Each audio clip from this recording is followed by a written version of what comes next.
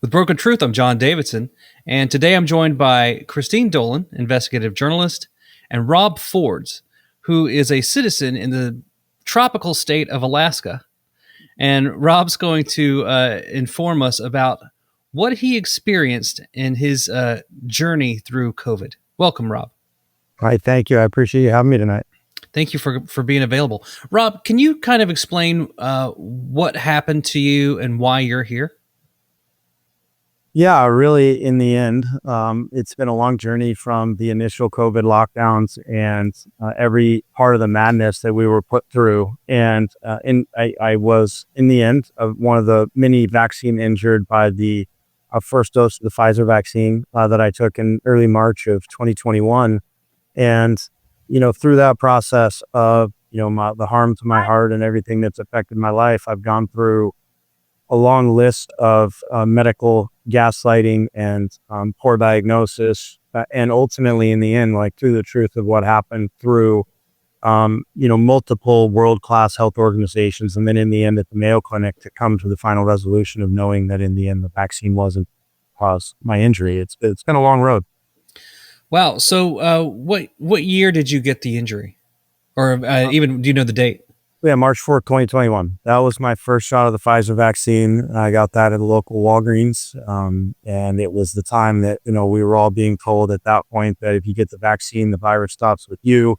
We can get out from underneath the thumb of the, the ultimate control and the, basically the insanity that was COVID from 2020 and on through that time. So there was a lot of pressure, but there was also a lot of just, social aspects that were telling you, well, it's safe and effective, right? I don't know how many times we heard that. And, something that's a medical intervention that is brand new. There's labels on Tylenol bottles. So to say that something as new as an mRNA, gene therapy, ultimately not a vaccine, was fully safe and effective and that there was nothing to worry about and no side effects was insane to begin with. But March 4th, 2021 was my first shot. And 11 days later, I ended up in the ER from the complications of that vaccine.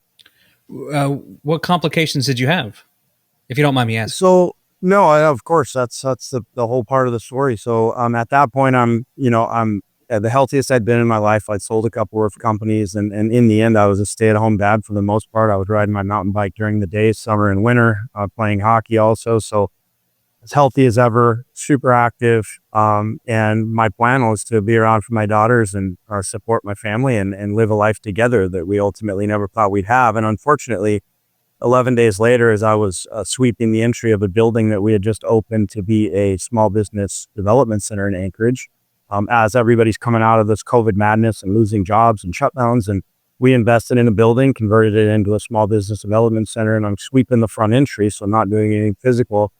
And I started to feel funny, and my Apple Watch told me that I was in VTAC, and my heart rate was 221 beats per minute. Wow. So that was the initial discovery. It continued for 50 minutes. And again, I was in incredible shape at the time, which the doctors and I have credited the only reason I stayed conscious for that period of time. Wow. I ended up with the ER, and the real adventure began when they pulled me back, put the paddles on, and told me that they were going to have to shock me back into rhythm and put me out for that. And we started right there. Rob, I want to get into that, you told me in the pre-interview, it took you a while, and Mayo Clinic did get the link and the causation between the shot and your medical ailments after that. But then you did something courageous. You were misdiagnosed from the very beginning. And then you went back and you wrote a letter to that doctor who did the first treatment on you. Why don't you share with the audience what you did? Because I think in your case, I give you a lot of praise for going full circle and trying to get that accountability and recognition of people misdiagnosing. Yeah, I think the thing that most people, including my family and friends, didn't understand through this whole process is that, I fully understand that terrible things happen every day. Things like adverse events to vaccines or other medications, surgical errors, or car accidents and cancer, right? Those things happen all the time. But in this scenario, I was diagnosed with a condition called AVRC when I was in the hospital after my initial VTAC episode. And, I mentioned to the doctor when they came to me and basically told me as a fully healthy functioning adult that I was going to have an ICD or a CRT put in, and that it was going to be there permanently, which is basically a fancy defibrillator. And that the likelihood was that my exercise, anything healthy, was going to have to be capped at basically golfing or a brisk walk, and anything above and beyond that was ultimately going to deteriorate my heart tissue. That's a simple way to put forward what AVRC diagnosis means. It's also a genetically linked disease that's very, very rare. And so with two young daughters at the time that are very good hockey players and incredible athletes, it became a incredibly depressive and like long episode of, a really deep meaning to that diagnosis. And in the end, the short version of it is that I came out of a deep depression and decided to pursue the best course of action possible, which was to find the best care you could given the hand that you were dealt. And so I ended up at the Johns Hopkins Clinic in Baltimore in May of 2021. And, through COVID, the travel, the masks, all the craziness was still an odd experience, but I took the time and the resources to go to Baltimore and basically find the best care that I could, including support groups. And without even doing an additional test, which is what I expected, was for them to dig in, confirm the AVRC diagnosis, and then ultimately give me some potential paths to healing. They actually said in the very first meeting, without any additional tests, just by looking at the imaging, they said, well, you don't have AVRC. And it was a very clear and concise, you don't have AVRC. There was no question. And so pointed me in a new direction of a different, very rare and very specific cardiac defect, which is cardiac sarcoidosis. And I started that whole pursuit over again with the University of Washington's Heart Failure Center and pursued multiple trips to the University of Washington. They were not able to duplicate or find any actual evidence of cardiac sarcoidosis. It was just a convenient diagnosis to explain the significant heart scarring to my ventricles that led to the sustained arrhythmias and ultimately, in the end, the potential for sudden death. And at that point, I accepted it. It was a better diagnosis as probable sarcoidosis than AVRC was. And I accepted that until I actually went into VFib, which is a whole different experience while I was playing hockey in February of 2022. And if you go into VFib, my heart, as it was recorded by my device, goes from 86 beats a minute and goes all the way up to the max of 320, which of course can't sustain consciousness. And so as I'm skating, I went down on the ice. And ultimately, my device did work at that point and brought me back. It shocked me back after about 45 seconds. And I knew immediately what had taken place. And that's where my pursuit with the Mayo Clinic started. I ran into a great friend and somebody who had a family, an older woman who had a family history with a lot of medical complications and had a great experience with Mayo. And she said, look, I don't know what this is, but she knows my girls and she loves them dearly. And she said, like, she knew of my depressive mental state based on all this. And she said, you've got to go down there, take the time and just start from the beginning and let them figure out what's going on. And so that's what I did. And ultimately, after I've had 30 full days in Rochester, Minnesota, every opportunity to tell me otherwise and to tell me it's sarcoidosis or to tell me it's just something else. And in the end, they came back with a diagnosis of probable vaccine-induced myocardial scarring, or the course 2 is viral myocardial scarring. So, of course, COVID, the virus itself, especially the original, did do a lot of damage to people's brains, their autoimmune systems, the heart tissue as well. So there is the potential that, COVID itself did potentially beginning cause some damage. But there's no doubt in either the Mayo Clinic's mind or in mine that either way, that vaccine either did the damage or it woke it up, one or the other. And that's the diagnosis at this point. And it's been a really long, frustrating road getting there because every step of the way, you could see the complete unwillingness and ignorance in regards to the first level principles of what these doctors and trained physicians are seeing. And they just didn't want to say it. They didn't want to believe it. And I've heard multiple of them hear their opinion change over time. They're still not willing to come out and say it publicly. Well, they're afraid of the Federation of Medical Boards, because a lot of times if the doctors do come out, even if they gave ivermectin and hydroxychloroquine or the mixtures of zinc or what have you, they're afraid that they're going to be called before the medical boards. I mean, there are some people even in your state of Alaska who I know who are doctors who, in one particular case, I think there were, 16 or I think it's 116 other doctors, filed complaints against a doctor who spoke out, for alternative treatments. So that is a pattern across the United States. What's the best advice that you can give people who are caught up, whether it's vascular or whether it's neurological or cardio? Because, I mean, it must be frustrating for you knowing that you had something specific. It had to do with cardio. Cardio injuries were acknowledged to be real in April of 2021 after the initial rollout. But even to date, we know that there are neurological and vascular injuries out there, but they still haven't been officially recognized by the FDA. So what do you have to say to those people too? Because you're learning something, like stay with it, don't give up. Continue.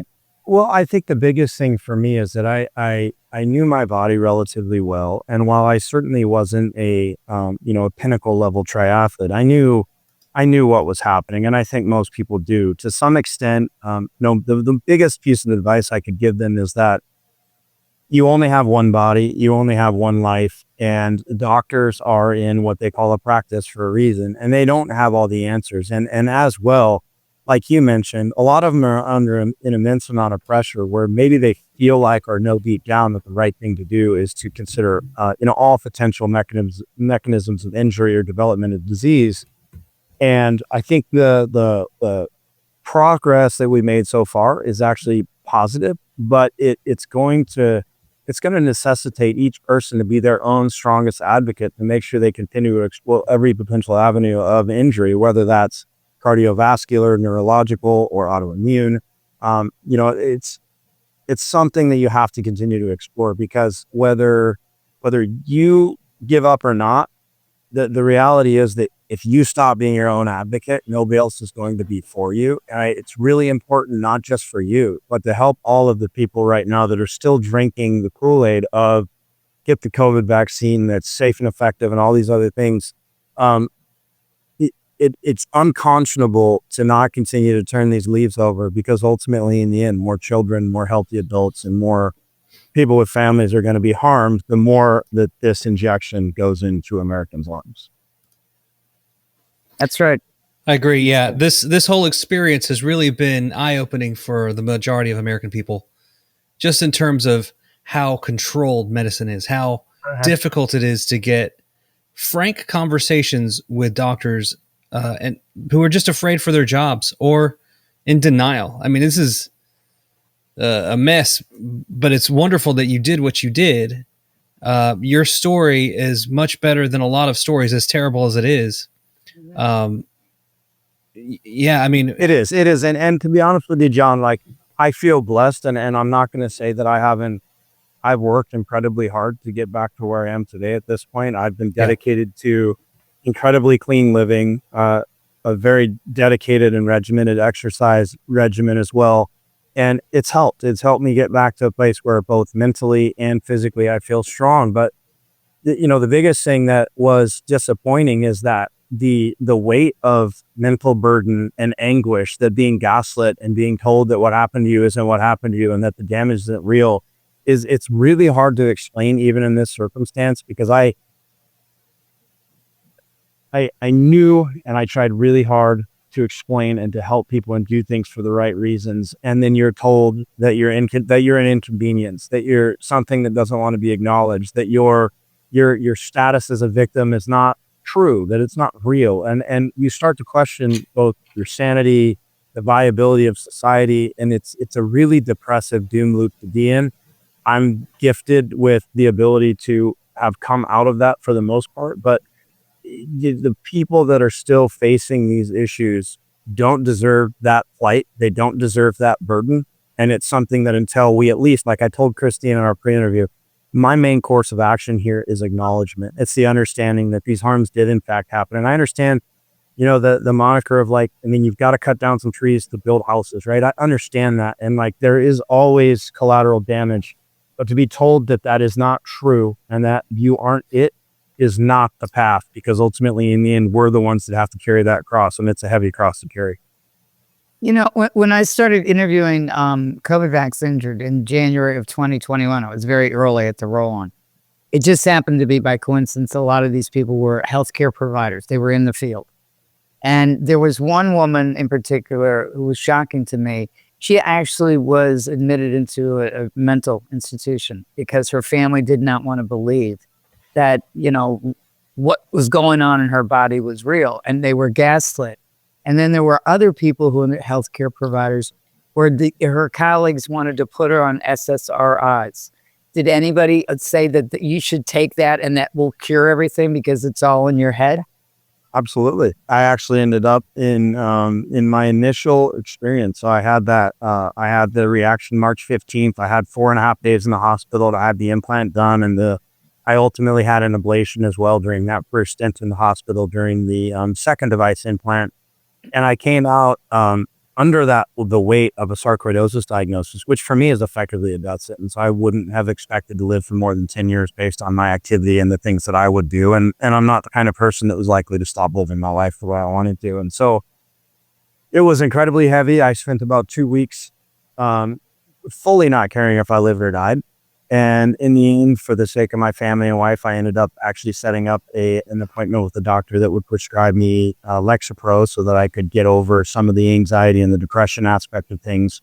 And, you know, I don't know if it did or didn't help. In the end, like I said, I shifted and decided that, you know, with the set of cards that I was dealt, it was time to go explore the AVRC diagnosis and be the best I could, because I had 2 amazing kids, an amazing wife, and it was time to stop the pity party, right? You know, and that worked. It was fine. But yes, I was told, hey, you got to medicate, you got to do other things. And ultimately, I kept hearing from my brother, my friends, great, like people that I trusted and loved, that you just have to let go. I don't know how many times I heard, you just have to let it go. And I'm thinking, like, what am I letting go? Nobody's admitted it. You're just supposed to let go your reality. What am I letting go? This is not something that is within my control. And so I'm not one that gives up. I continued to pursue. And I'm thrilled to say that actually just in the last 6 weeks, I'm off the Lexapro. I'm back to a healthy lifestyle. And like you mentioned, Sean, like, I am blessed more so than a lot of people. There's a lot of people in the ground. There's a lot of people that are completely incapacitated. And I'm hoping that there's a reason for that, and that I can continue to push and advocate for other people that weren't so lucky. But it's a process, and people will make you think anything other than the truth because you're an inconvenience and your narrative doesn't fit what they want to believe. Let's talk about that, because I think, you know, in the last 5 years, I think it's so fascinating. I know that I didn't take the shot. I was never going to take the shot. It just wasn't going to happen. I could pivot, live my life as much as I wanted to do, and know that I, you know, couldn't fly overseas or come back in if I were overseas because of those restrictions.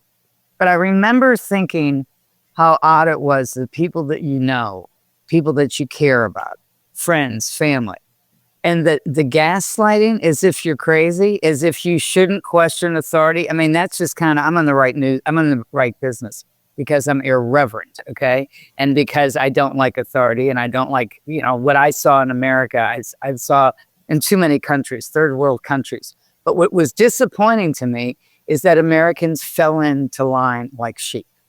And they turned around to people who didn't want to. You hesitated, Rob. John, you hesitated. I hesitated.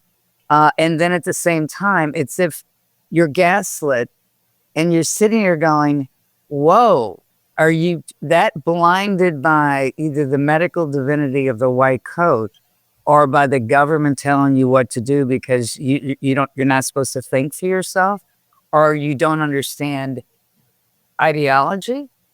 I mean, I find this whole experience and seeing it now over the transgender, where these doctors and shrinks who are into behavioral modification are telling parents that if you don't go along with the gender confirmation, you're going to end up with a live girl or a dead son. And I'm thinking to myself, why are people buying into this and not seeing that it's propaganda? Do you guys have any answers? Because I don't. I think I actually do, in terms of COVID-19, and especially how it affected me in 2021. And I'm sure there are many others like me who felt, of course, and that's I mentioned to you, Christine, that I'd been a business owner. I've worked for myself my whole life. And so as a private business owner or a private citizen, the first thing that blew me away at the beginning of 2020 was that we would actually consider this concept of 2 weeks to flatten the curve, which everyone knew, and that, knew and admitted as much after the fact, was a complete non-starter. They knew it was longer than that. They knew they were going much longer. And the in the end, after what we had been put through for 2020, the lockdowns, the paddling on your neighbors, the criminality of going into a grocery store, the all of the things that they did to us to basically stick us in a jar and shake us up. I can see where, especially in the COVID case, where once you get to that March of 2021 and they say, well, here's your way out, right? Here's the path to normalcy again. I was desperate for normal. I was at the point of questioning whether we were. You just mentioned America, right? You mentioned your world travels. I know you've seen many other places. But for me, as a former, I'm the son of somebody who served in the military for 20 years. I grew up on military bases, and I believed everything, right? Everything was, I had trust in government and in medicine, and never been an anti-vaxxer in any way possible. And yet, because of what they put us through, the anguish, the anguish, the stress, the difficulty, a lot of people like me were willing to just do what was necessary to just be done. And I think in this particular scenario, that's where a lot of that willingness came from for a lot of people. All right. So because you're in Alaska, and I actually thought the Aussies would stand up first between the Americans, the Canadians, the Kiwis, and the Brits. I thought it would be the Aussies because they're so irreverent, and I've got a fond heart for Aussies. But it turned out to be the Canadians.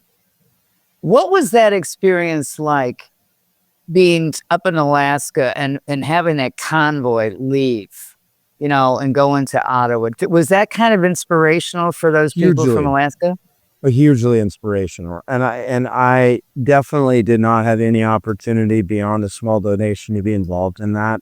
But it was massively inspirational. It showed me that people were waking up. It showed me that potentially we were still the people that I thought we were in the Western world. And in the end, it also disheartened me, though, because at the bottom of all of this is money, for the doctors, for the politicians, for anybody else involved with it, including pharmaceutical companies.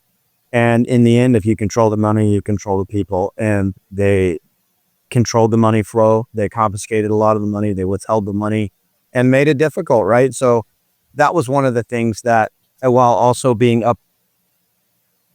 uplifting, became another opportunity to grow of freedom-loving people. And I definitely still have some memory of that in terms of some negativity as well, because that's a fearful thing to see when people actually do rise up and regain power, and then all of a sudden you find yourself on the ground with the foot on your neck again. I thought that when they froze the bank accounts, I thought that was a pretty extraordinary Western Hemisphere move, and I figured at that point in time, all my friends at Legacy Media, all the 4 networks that I worked at, that they would get their heads out of cement, and it didn't happen. But I later found out it had already happened here in America, because in August of 2021, United Airlines, and this is a shout out against United Airlines board of directors, their CEO and the president, they had implemented a policy for mandated vaccinations and this is a great business school case study for Harvard, Wharton, Georgetown. They demanded that United Airlines, only American-based, get mandated vaccinations. And then if they applied for religious or for medical exemptions, and as soon as they were granted, they put them on indefinite unpaid leave. They had no idea when they were going to come back. They had no access to their health insurance, their life insurance, and they had no access to their own money and their 401ks, even for financial hardship. So we don't hear too much about that case, except for the fact that there are lawsuits there. And I know some of the pilots and ground crews and flight crews that are involved. But, what happened in Canada, I think it pinched people's ears to a certain degree, but not enough to basically say, okay, stop this nonsense, whoever you people are. But it actually happened in America. So if we know that it happened before the convoy frozen bank accounts, this could happen again. Of course. Of course. Mhm. And I think that's probably intentional, and it's certainly something that we should be aware of. Rob, did you experience any social media censorship or anything like that? Constant. Really?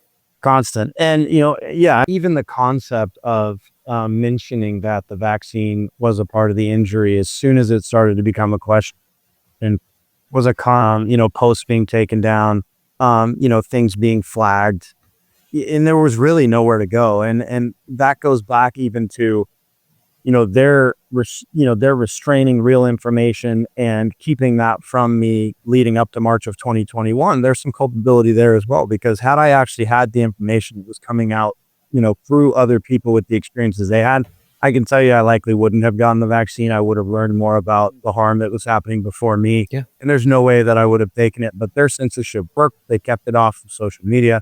People were not aware. And then the part though that also is really frustrating is even in the end, when I'm trying to get out the truth of what happened, when I try to mention things that are fully scientifically validated, up until the fact checkers got pulled recently, of course, especially on Facebook, the only place to go was X, which is great. I'm happy that we've had that platform to be able to share some of this information in the last couple of years, since Elon burnt a pile of money on that one. That's been helpful, but Facebook has still continued to do things where they've utilized the nuance of context to be the restricting factor. And I found that really both undermining and convenient for them, but it also goes back to the distrust and the gaslighting and basically throwing you back into a depression where you know exactly what happened to you and you see a story of somebody else who had the same thing happen, and you're literally reaching out trying to help or share information so that some of these people's kids that are brainwashed don't get this shot in their arm and don't end up in the same position that I'm in. And they come back with, this post is misleading. We're like, okay, explain the misleading aspect. Let's have a discussion about it. Tell me what specific fact is not right. Like, but you don't just put things out like that and then discredit the entirety of the process under the guise of being misleading, because it's an inconvenient truth to York. What they continued to do, and it continued to keep me in a place where, like, I felt like I was living in a world that nobody else lived in, which is I would wish on my worst enemy, to be honest with you. And it puts you in a position also where the only realistic path, if you're really pragmatic about it, for this to actually be litigated to the extent that it needs to, is to keep the shot on the market, keep it in as many people's arms as possible, and then let the results play out. Because apparently the only way to wake up and admit what's going on, and this is what I'd say directly to Lisa Murkowski, is do we have to wait until it's somebody in your family, right? We're in Alaska. We're a state with 700,000 people. We're a very small state. I'm a pragmatic, normal,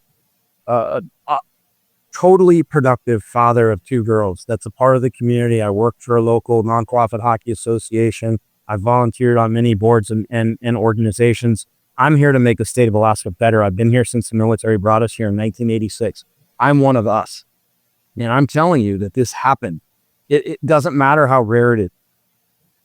So is it 1 in 1,000? Is it 1 in 10,000? And it's time for you to be willing to have the discussion, ask the questions, and whatever we find out, we find out. I could be wrong. It could be 1 in 100,000. That's fine. But we need to know what that is and not ignore the people, because in the end, someone else is going to be harmed. And do we need to wait till it's your family or your kid or your cousin? Like, at what point is it enough?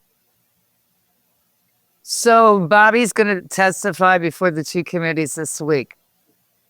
What would you say to your senators, Sullivan and Murkowski? I would say that Bobby Kennedy and his focus on health, and not specifically just on eliminating certain pharmaceuticals or other things, but it's your body, your physical health, and yeah, your responsibility. It's what you put in. It's the things that you eat. It's also the things that we offer as a country. This is literally the most important nomination at this point for our country for the next 20 years to get us back on a path of being responsible for our own health, taking power back for our own health.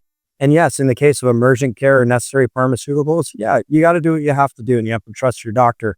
But it's time to restore the patient-doctor relationship, for the government to get out of the way, and for us to take as much power back as we can in making sure that we both have the information, the tools, and also the healthy food available to live a life that's as healthy as possible. That's the responsibility of the government. And frankly, it's the it's the most hope that I've seen is Bobby Kennedy being nominated for that position. And it actually took me all the way from Anchorage on a 36-hour trip to the Rescue the Republic event in DC before the election, where Kennedy and Dr. Brett Weinstein and others spoke and ultimately gave us throughout this process. I went because they made me feel like I actually had a flashlight, at least in the cave, for the last 3 years. They were the only people that spoke the truth throughout the process. Brett Weinstein's been an amazing advocate for people who ultimately, in the end, if you know who he is as left-wing as it comes initially. But he's also a scientist, and he's open to the truth, and he's spoken the truth all the way through, and I admire the heck out of him for that. And so I flew all the way across the country just to support that event. I got to watch Bobby speak, and that more than anything gives me hope. I've got the Make America Healthy Again banner on the front of our deck, and I truly think it's the most pivotal nomination that we have as a people going forward. Is making sure that he gets to power and gets a chance to make us all have the opportunity to make ourselves healthy and take responsibility. Well said. Well said. Absolutely. Absolutely. So I don't want to be a downer, but let's be realistic about it. We've got people that are pushing back on Bobby. He's not just up against pharma. He's not just up against ag. He's up against, the pesticide industry wants to have immunity the same way that the medical device people have immunity here in the United States, the same way that the pharmaceutical vaccination manufacturers have it. So this is almost like David and Goliath. Very much. What so. does this say about our country, Rob, if Bobby doesn't come out of the committee and doesn't get the votes on the floor for the Senate? Well, to me, it's pretty simple that it just completely it locks in the fact that we are corruptible beyond approach, and that there isn't hope for us to get out from under the thumb of big money, big pharma, big food, all the things that in the end comes down to profit. It comes down to addiction, tobacco, sugar, alcohol, all of the things that ultimately in the end are a huge part of our economy. It shows that the economy is more important than our health, more important than the people. And that to me it's a death nail in the experiment that is and was intended to be America. Would you vote Murkowski out or Sullivan out if they voted against Bobby? I will do anything in my power until I'm not on this earth to make sure that she loses the next election. And I think Kelly Tshibaka was a great potential replace last go round. I think her lack of long-standing roots and true Alaskan persona was probably something that was hard for a lot of people in Alaska to get behind. But I think this time around, if Murkowski thinks that she's going to get away with not confirming somebody like Bobby Kennedy, that ultimately is a Democrat, is a left-wing lawyer who's fought hard for people whose entire life. And if she's not going to get behind somebody like that who stands on principle, then clearly she's not standing on principle. She's looking for an easy out in the boat that the people of Alaska aren't going to understand what it means. And I'll do everything in my power to make sure that from the very beginning of that process, she's replaced as soon as humanly possible. And even if it doesn't work, I'll dedicate my time and any finance that I can through the rest of my time to make sure that she is not in office anymore. So some people are talking about that Lisa may not run again for the Senate, but she has her eyes on the horizon for the governor's race. And I could see that. And I think she's got a decent support of the more centrist and left population in Alaska than most people think. There's a lot of people who buy the old Alaskan, mentality of, Murkowski's been here. She's always been for Alaskans. But this is something that I think is the betrayal of everybody. It doesn't matter your political stripe in terms of, Bobby Kennedy wants to focus on the health of Americans and on clean living and making sure that we're not being poisoned for the sake of profit for big major corporations. And if anything, Bush, remote Alaskans have seen these types of things. They've had the opportunity to live in existence where they're collateral damage. And I think anyone in Alaska that is told the truth about, her voting against Bobby Kennedy and ultimately, holding up the health of Americans and people that want to live a healthy lifestyle, I don't think they'll buy it. I think in the end, she's not going to have a chance at the governorship. Ranked choice voting is something else that the state of Alaska has implemented, which some indicate may have helped her get reelected in 2022. Is that correct? That may also be something, if you can't take, well, let's hope she does the right thing. But that's a policy that should be reviewed because it seems to have backfired, especially for conservatives in Alaska. Well, and we just had a vote on that, and it was incredibly close. If I remember correctly, it did not pass to repeal the ranked choice voting, so I believe it's still here. But I think no longer. I think it might have been 2 weeks after the or 6-week recount of all the votes. I believe somebody filed another petition to actually put that on the ballot again. So there's a deep unpopularity for ranked choice voting here. I think it will be overturned in Alaska in the next cycle. I'm hopeful that it will, but I do believe that ultimately did help her get elected, back into the Senate. And ironically, they have, I believe now stand corrected if I'm wrong about this, but I believe that they have rank file voting in Maine too. So Susan Collins is, she's an iffy vote, as is Lisa at this point in time. But and Maine has its own configuration because the people at the State House in Maine voted to nuke religious exemptions for vaccinations in Maine. So that's one of, 4 or 5 states. So it's, these patterns of where this is going in terms of keeping people healthy is very interesting to me because you have the federal level, then you have the state level. And on some cases, ag, pesticides, food, and pharma have become as popular relative to those lobbyings on K Street in Washington, D.C. in the course of the last decades. Well, I'll be honest with you, and I don't know D.C. I've been to D.C. a few times, and frankly, I could never go back in my life, and I'd be completely fine with it. I'm an Alaska boy. I'm a small town guy. That being said, with Lisa Murkowski and knowing Alaska and knowing our population, Lisa Murkowski, if she were able to actually tell the truth and sit down with you, Christine, or you, John, and actually talk about these things, she believes deeply in the same principles as Bobby Kennedy. She believes in clean water. We have fisheries here. We have, the cleanest and most pristine landscape left on planet Earth, frankly, that is developed properly with oil companies that you spill. I talk to many friends that work on the slope, and if something spills to the tune of like a cup of oil out of the bottom of a truck that's idling to stay warm, it's a whole thing, right? Like, we do this the right way. She's always stood for that. She's fought incredibly hard for healthcare for Native Alaskans. She's fought incredibly hard for women's healthcare in Alaska. She's a huge supporter of the Awake organization, which is the Abused Women and Infants in Crisis, whose main facility is literally 2 blocks from my house. She's been an advocate for everything that is what Bobby Kennedy stands for, which is no pesticides,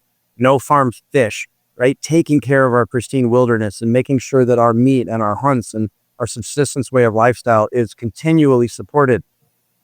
She is everything that he stands for. So to me, the biggest problem is the same thing as with the doctors not looking at the first level evidence of these vaccine injuries and actually examining it for themselves with the education they paid dearly in both money and their life to attain this education and experience.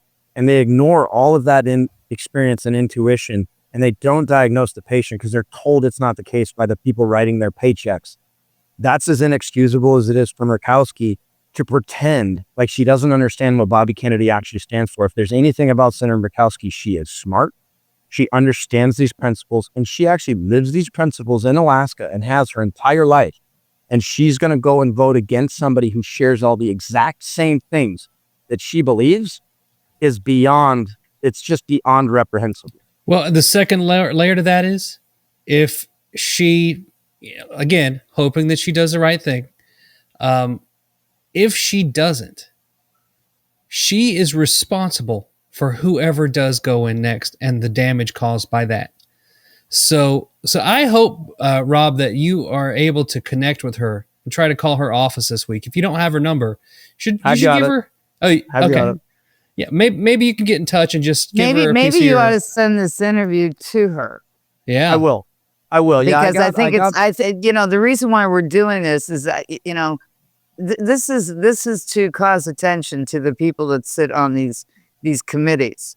And you're right about Lisa's background. Okay, I mean, I've been doing this for longer when her father was in office, and it's very important for people to realize that if she doesn't vote, is it really because she just hates Trump? Would she sacrifice her constituency? Would she gaslight her constituency who has been harmed? Would she gaslight all those native Alaskans when they've taken like 67 and 75% of those different small tribal communities have taken the shot, which means that they're going to have a higher percentage possibly of being injured? And, that falls through a special healthcare program in the state of Alaska. So all spotlights are on Lisa and Susie. Okay. And for all these guys, including Cassidy down in Louisiana, because it comes down to, are you really going to put kids at the back of the bus with this vote? Due to Trump derangement syndrome. It's unconscionable. And unfortunately, I think some will, just due to that derangement syndrome. But I think we're past that. We lived that in 2020. We went through everything that ultimately led us to a 4 years of lack of progress and honestly a loss of hope in our country and everything else that we stood for. There's a great positive momentum in the business community in Alaska as a whole. I'm in the construction business at this point. Things are turning around. And in the end, if the Trump derangement and the lack of willingness just to see frankly, the clear and long history of Robert Kennedy and the fact that he wants to bring health back within the power of Americans. And if you're going to vote against that just for the sake of hating Trump, then it's unconscionable. You can't explain it in a way that makes any sense. And even if you could, I welcome you to. Please try. Well, and nobody will ever forget, because it's not like this is the start of COVID. This is coming out of the tunnel with a lot more information, especially on the cusp of the CIA basically coming out in the last days and saying, yes, it was a lab leak. Yeah, and I did have a friend that's connected to the offices in D.C. send me over the contact information for a staffer with Nick Begich and also for Senator Sullivan and Senator Murkowski. So I will, as soon as I have a copy of this, I'll be sending this to each of those offices. And I'm an open book, just like the letter I sent you to represent the way that I am with the doctors that in the end put me through 3 years of questioning life and what that path was going to look like and if it was worth it. And even in that scenario, I personally am at a point where I just want to make sure that, as things are learned, that they're understood, that we talk about them, that we argue both sides of every scenario and consider things honestly. And if she considers Bobby Kennedy honestly, Lisa and every other senator should be voting for him for confirmation, period. Excellent. Rob, thank you so much, and God bless you. Godspeed to you and your family. Thank you. Appreciate both of your time. Thank you. And Rob, just to point out for you and any viewers, if you want to learn more about the chaos that was called COVID, Christine has a wonderful series of books that she's created and currently continuing to create. Urban Myths is one of them. Urban Legends. Urban Legends. Sorry. It's a trilogy on human trafficking. The first two books have come out, Shattered Innocence and In the Name of God. Those two were released a couple months ago. And the third one is Urban Legends. And it's everything people don't want to know about the COVID vax, because one of Fauci's men actually called the COVID vax urban legends after I had started to interview them for 6 months. And I thought, no. We're going to document this, because this is not urban legends. These are people, these are human beings that were harmed by Frankenstein science. And then also I get into the transgender that is pretty shocking for some people, but this is all part of medical trafficking. Yeah. If you coerce, you lie, you defraud, and you force people for medical experiments, it's just like organ trafficking. You need the white hats and the black hats in the room for that type of black market. But that's what happened during COVID, and it's continuing to happen for the transgender. The only thing, John, I'm hoping I can say to Christine and to you as well, John, but I mentioned this to you, Christine, I genuinely mean it. And now that I can see you face to face, I need to make sure and say it, that like the things that you're doing and your ability to continue to push this and give us hope is so meaningful to the people that have been gaslit and lied to and made to believe that we lived in the world that didn't exist. And like, even as I say that, it makes me emotional. I hope you understand that, like, what you're doing is not a small thing. And I truly appreciate the opportunity.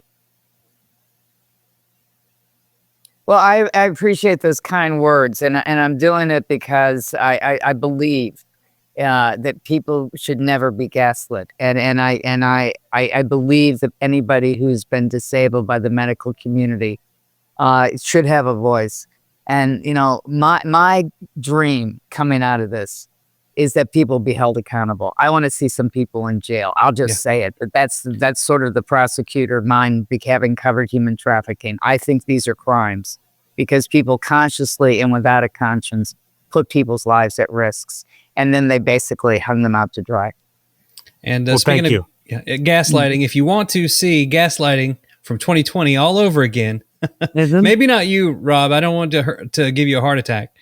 But you can watch my movie, Epidemic of Fraud, at epidemicoffraud.com. It tells the story of hydroxychloroquine and how the media and medical industry destroyed a drug that was safer than tonic water. And with that, Rob, thank you so much for everything you do. And I appreciate you coming on the show with us tonight. Thank you. Absolutely. And we'll keep in touch. We'll keep in touch. Great night. God bless Thank you. you. Thanks, Rob. Sure. Bye.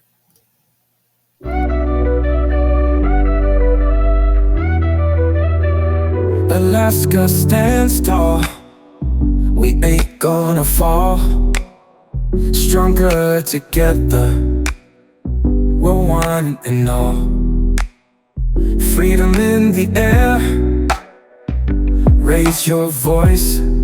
Yeah, knowledge is our power. Fight without fear. Rise up, Alaska. Stand for the truth. We break the chains and see it through. From snow-capped peaks to open streets, we share the word with every beat. We rebrand today. Alaska leads the way. For person freedom, we find our say. Rise up, Alaska. Stand for the truth. We break the chains and see it through.